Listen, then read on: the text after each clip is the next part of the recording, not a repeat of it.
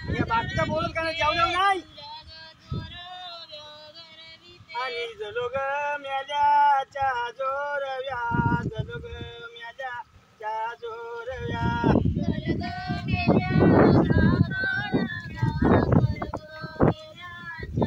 तर शेताच्या बांधावर बसून जेवण्याची मजा फार वेगळी आहे।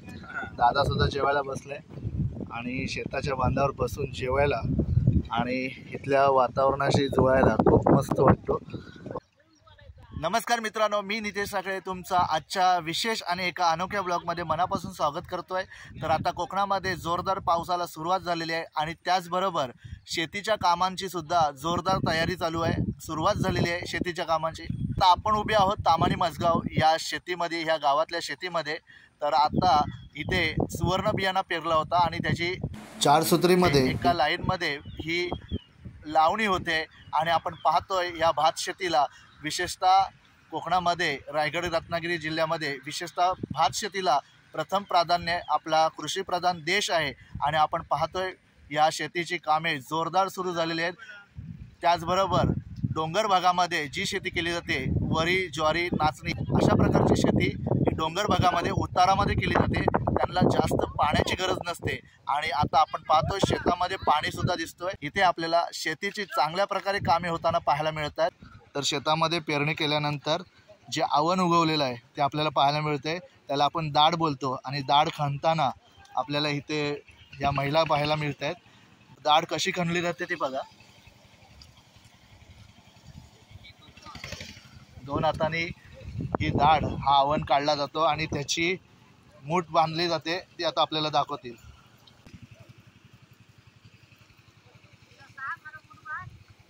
आता आपण पाहतोय मूठ बघा कशी बांधली जाते, त्यातलाच आवण घेऊन त्याला गोल फिरवून त्याला गाठ मारली जाते। अशा वेगवेगळ्या ठिकाणी टाकले जातात जेणेकरून लावणी करताना ते सोपा पडतो।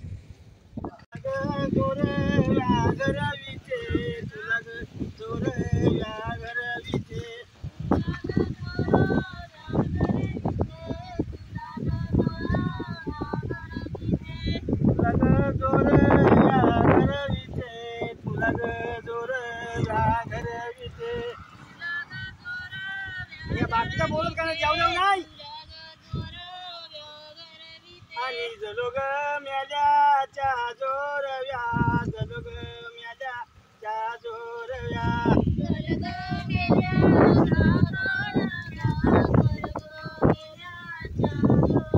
आणि अग तू पुरणी मारणी अग तू पुरणी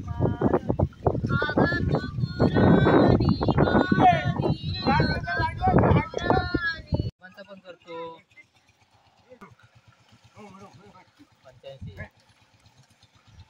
आपण पाहू शकता 85 वर्षाचे आजोबा आज हातात नांगर धरून शेतामध्ये नांगरणी करताना दिसत आहेत। आज एवढ्या वयाची माणसं सुद्धा आज आपल्याला शेतामध्ये उतरलेली दिसत आहेत, शेतीची कामे करताना दिसत आहेत। आज खरोखर या लोकांचा आपण आदर्श घेतला पाहिजे, कारण ही लोक आज आपल्यासाठी आयडियल मॅन आहेत हे, की त्याचा आपण आदर्श घेतला पाहिजे। ही लोक जास्त आयुष्य का जगतात, त्याचबरोबर एवढ्या शेतामध्ये एवढी नांगरणी करत असताना किती वेळा तरी फिरावा लागतो आणि ते पण चिखलातून।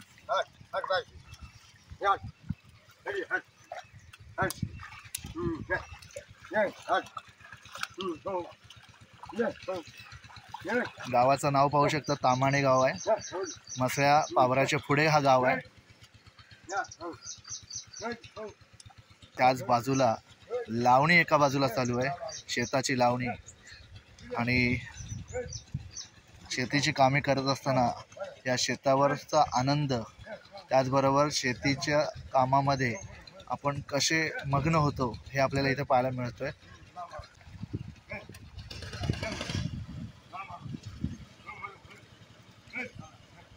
सुवर्ण बियाणं आहे आणि त्याच्यापासून हे झालेलं आवण इथे आपल्याला लावताना दिसत आहेत। पुढे आपल्याला ट्रॅक्टरच्या साहाय्याने नांगरणी होताना पाहायला मिळते आणि एक बाजूला आपल्याला नॅचरल नांगरणी होताना आपल्याला पाहायला मिळते, की ज्या नांगरणीमध्ये किती चिखली होते चांगल्या प्रकारची आणि कोणत्याही प्रकारचा प्रदूषण होत नाही।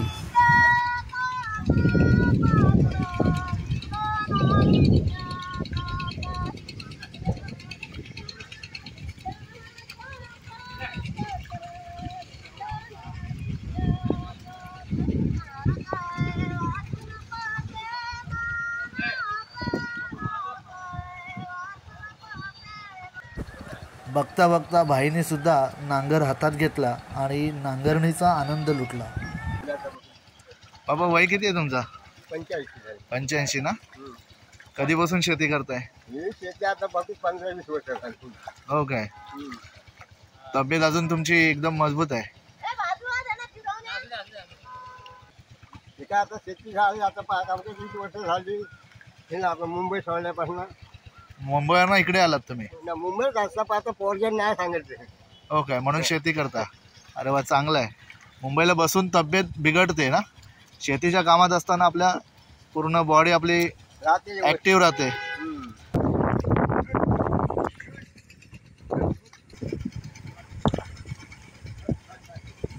खूप मजा येते शेतीतलं काम करण्यासाठी.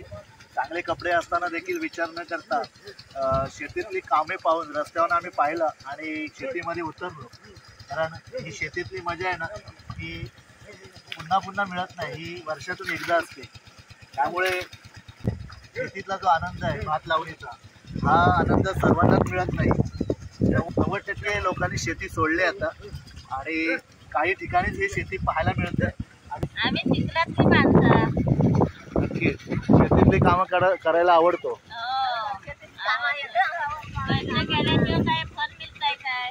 बरोबर. आणि ह्या मातीशी नातं आपलं जुळलेलं आहे पहिल्यापासून आणि ह्या मातीमध्ये काम करायला खूप आवडतो. पण आम्ही सुद्धा रोडवरनं जाताना पाहिलं तुम्हाला आणि या शेतात डायरेक्ट उतरलो की ही मजा आमच्याकडे आता नाही दिसत. बऱ्याच लोकांनी आमच्याकडची शेती सोडलेली आहे. त्याला कारणं पण अनेक आहेत. की मुंबईला लोक स्थलांतर झालेत नोकरी व्यवसायासाठी. त्याचबरोबर महागाई वाढली आहे आणि रानटी जे प्राणी आहेत डुक्कर वगैरे हे प्राणीसुद्धा शेतामध्ये नुकसान करतात. त्याच्यामुळे काही लोकांनी भात शेती लावण्याची सोडून दिली आहे. परंतु काही गोष्टी बाजूला करून ही भात शेती आपल्याला एक दिवस करायलाच लागणार आहे आणि ती शेवटपर्यंत आपण करायला पाहिजे.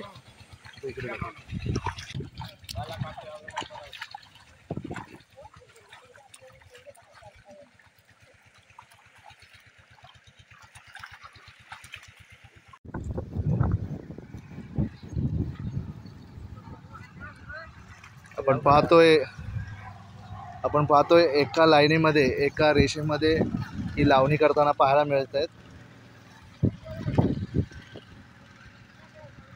तर शेताच्या बांधावर बसून जेवण्याची मजा फार वेगळी आहे. दादा सुद्धा जेवायला बसले आणि शेताच्या बांधावर बसून जेवायला आणि इथल्या वातावरणाशी जुळायला खूप मस्त वाटतो. आणि दादा सुद्धा जेवतोय. बाकीची मंडळी जेवलेत आणि कामाला लागली पुन्हा एकदा.